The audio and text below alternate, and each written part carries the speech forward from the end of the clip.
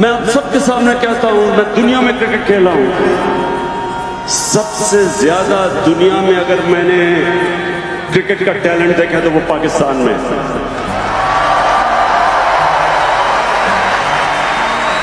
लेकिन क्योंकि मेरिट नहीं है, मेरिट का सिस्टम नहीं है, हम वो टैलेंट को ऊपर नहीं ला सकते।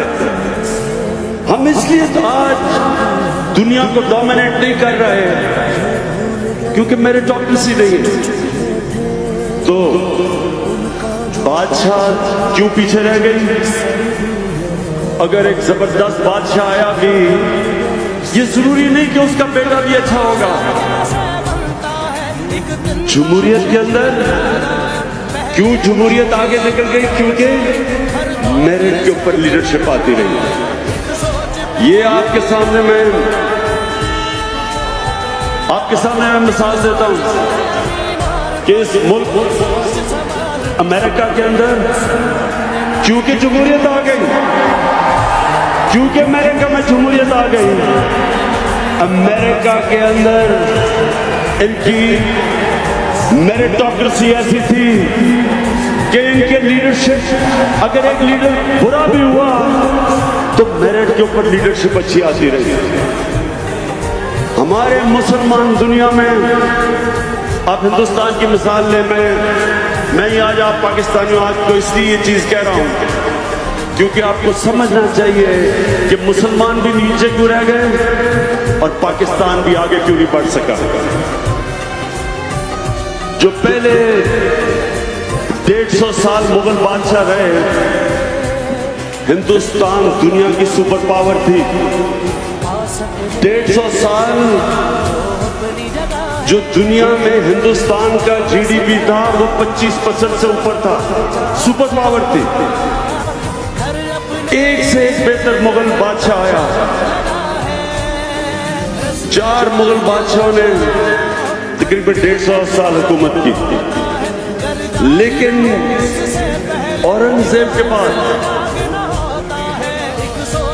जो उसके बच्चे आए, किसी में भी कैपेबिलिटी नहीं थी।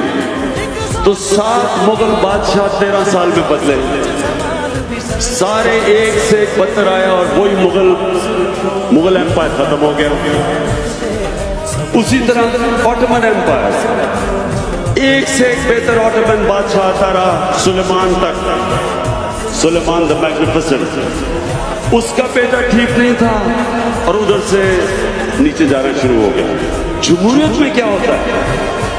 क्योंकि खून के ऊपर नहीं सिलेक्शन होती लीडरशिप की, मेरिट के ऊपर होती है। इसलिए जिस तरह अल्लामा इकबाल ने भी कहा, शाह वलीउल्लाह ने भी कहा कि मुसलमान पीछे बादशाह की वजह से रह गए। अब पाकिस्तान पे आ जाए। हमारे मुल्क में कायदे आजम के बाद क्यों नहीं कोई लीडर मिला?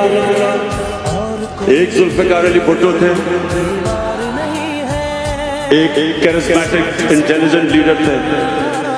लेकिन उसके बाद क्या हुआ? उसके बाद हुआ क्या? हमारे मुल्क में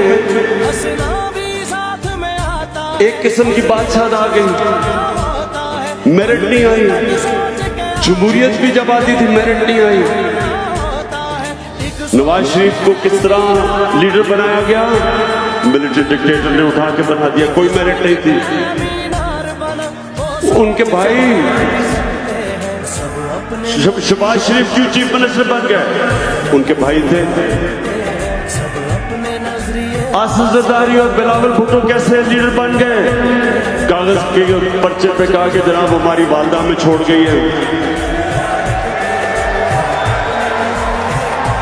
उधर वली खान की फैमिली, वो भी फैमिली सिस्टम आ गया। उधर मौलाना फजलुर रहमान, उसके भाई भी और उसके बेटे आ गए।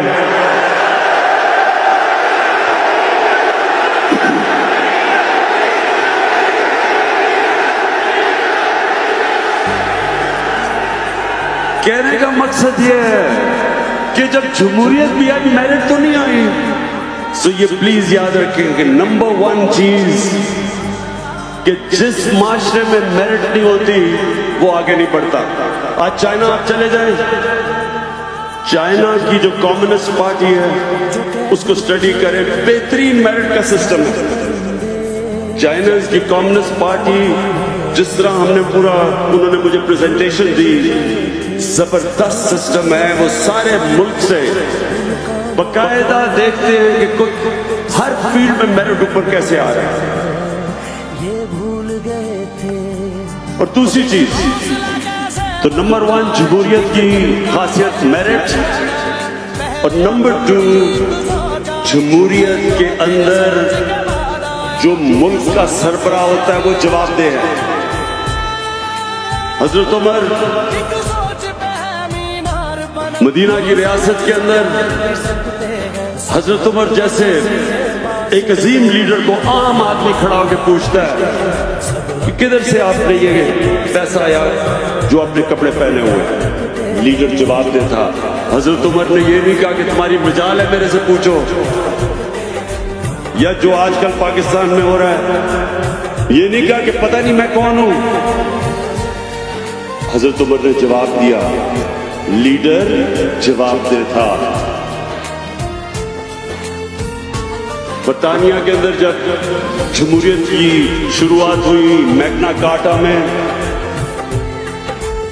800 साल पहले, तो क्या कोशिश थी कि लीडर को जो बादशाह था उसको कानून के नीचे लेके आए। और वो स्ट्रगल एंड में चलती उन्होंने, उनका बादशाह भी था तो वो भी जवाब देता। तो ये याद रखिए। दूसरी चीज, जमहूरियत तब कामयाब होती है जब लीडरशिप जवाबदेह होती है। अब दूसरा हमारा देख ले पाकिस्तान का प्रॉब्लम, जब लीडर इनसे जवाब लेते हैं कहते हैं इंतकामी कार्रवाई हो गई। जब अदालत फैसला करती है तो कहते हैं क्यों निकाला।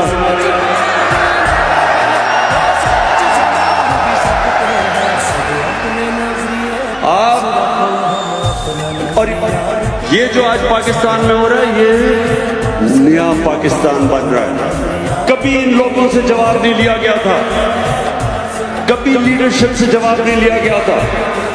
लोग कहते हैं जी कि किधर है नया पाकिस्तान। आपकी आंखों के सामने नया पाकिस्तान बन रहा है।